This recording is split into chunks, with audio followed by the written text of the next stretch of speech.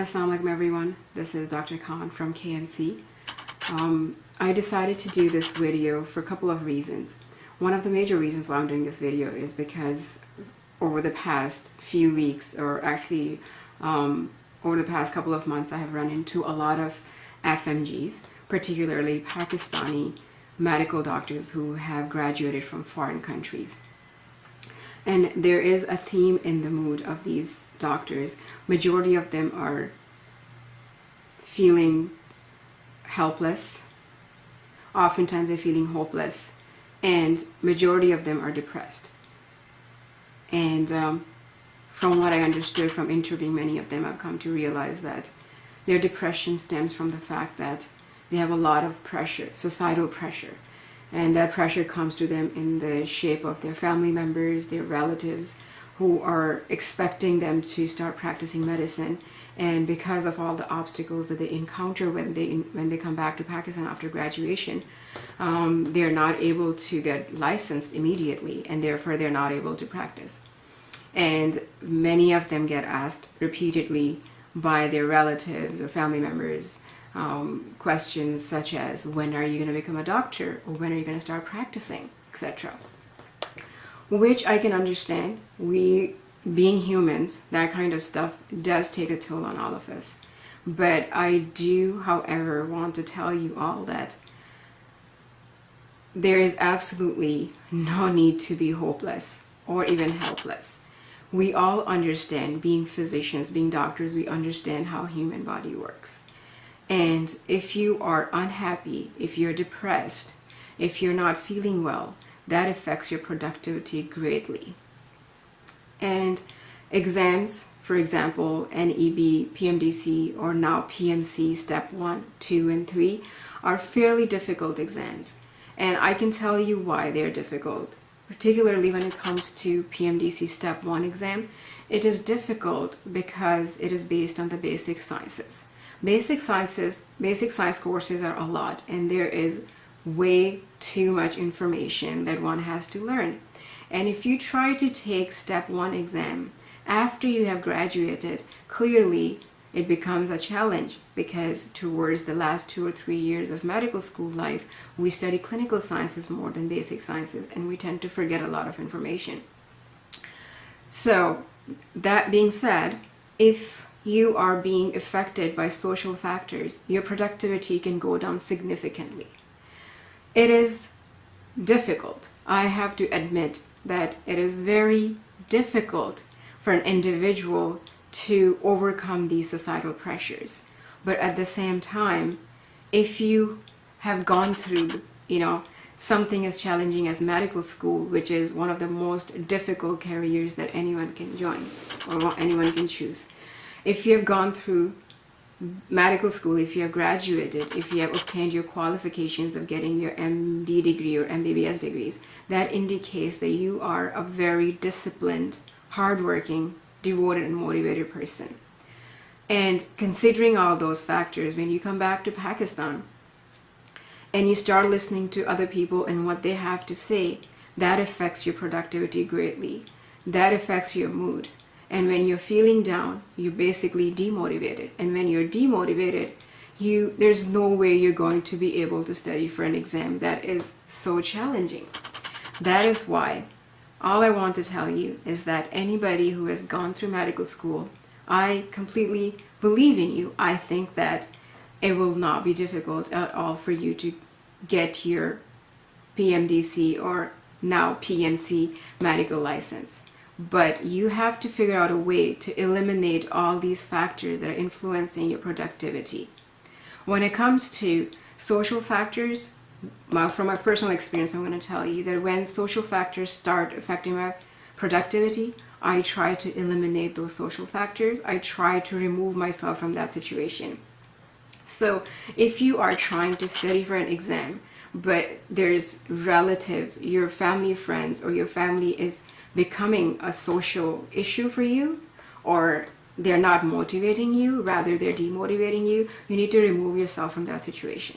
And yes, now you're probably wondering that how can you remove yourself from that situation? You could actually move out of the house. Okay, how does that happen? In Pakistan, there are many hostels. There are many shared homes. Or I guess you could actually rent a place away from home. That doesn't necessarily have to be that expensive. So by doing that, you're actually removing one of the major distractions, which when you're trying to study, your family members coming to you repeatedly asking you to do X, Y, and Z. One. Two, you don't have someone sitting in front of you or relatives coming and visiting you and asking you, oh, you're still not practicing? Oh, you're made in China? Oh, are you ever going to be able to do this? Etc. So when you don't have exposure to that kind of negativity, that itself will improve your ability to function better. How do you, so this is one way. You're removing yourself from that situation, which you also already targeted the second factor, which was remove yourself and elimination. Second thing is you cut back communication with all kinds of people that are not necessarily assisting you in achieving your goals. So when you're trying to study for an exam, it is recommended. I will be doing a subsequent video where I'll talk about different strategies that you need to use to more effectively study for this exam. However, because it's a difficult exam, you need to give a lot of time to it. And to conclude this aspect of different factors that are affecting you, you do not want to be very socially interactive, particularly when you're studying for this exam. You have a goal to achieve. You have a lot of mouths to shut. Therefore, you need to stay focused. And it is not a long time. You spent many years away from family, away from home. I'm sure you can spend another few months staying a little bit isolated in seclusion where you can focus on your studies. And yes, seclusion can have a negative impact on an individual if you need socializing. That's why there's always friends or co-workers or people from the field of medicine, for example. So you can hang out, you can have discussions, or you can have conversation with people who are also studying for similar exam. But at the end of the day, I just want to tell you that if you have been through the medical school, if you, right after getting out of grade 12, you went to a foreign country where you learned a foreign language, foreign culture, and you managed to get yourself a degree, then being in your own home country and passing these exams should not be a huge issue. And as I'm going to repeat myself, and that is that the social factors are contributing oftentimes in our failures, and you need to assess those social factors, and you need to eliminate the ones that are negatively impacting your productivity. And I think this advice goes for practical life. It could be any field, but because I'm talking about studying for an exam, so I think this is where I would say that it will increase your productivity, it will save you time, it'll prevent you from all the negative energy that comes from your relatives. And I also just want to add a final note, and that is that you need to empower yourself. You need to believe in yourself. It is only through your belief that you'll be able to achieve anything. If you don't have self-confidence, if you don't have confidence in what you're learning or what you have learned, then you will not be able to achieve what you want to. Confidence is the key, and confidence in your own abilities, in your own intelligence, in your own hard work. Once you have that, then you'll be able to achieve anything. When it comes to me, I have taken many exams. Some exams as long as 2 days. Many of you are probably familiar with USMLE Step 3, which is a 2-day long exam. USMLE Step 2 is a 9-hour long exam. USMLE Step 1 is an 8-hour long exam. I have done all of them. Also, Step 2 CK, is 12 to 14-hour long exam. Then I've done Canadian exams, which includes NAC OSCE, QE1, EE. All of those exams are very intense.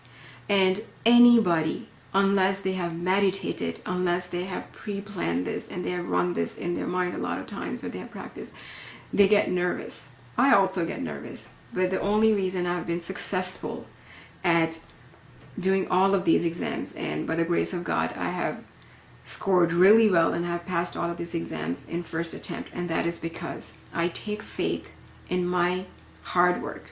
I have faith in God So what I do is I work really hard. So when the time comes for exam, I know that I did my best. And then I just say, you know, God, I have done my best, and now I am passing this on to you. Now it is in your hand to help me achieve this goal. And hence it happens. So you have to be sincere with yourself. You do not owe any explanation to anybody in this world. It is you, yourself, that you owe an explanation to. And if you think that you're satisfied with what you're doing, then you have no one to question you, and you don't have to answer anyone. So being positive is extremely important. That positivity takes you great distances. And the road to success has never, or road to achieving greatness has never ever been easy for anyone. And I wish you all a good luck, and also want you to know that if any of you needs help, counseling, or they just need to talk to somebody about their mood issues that they're having or social issues, I'm available.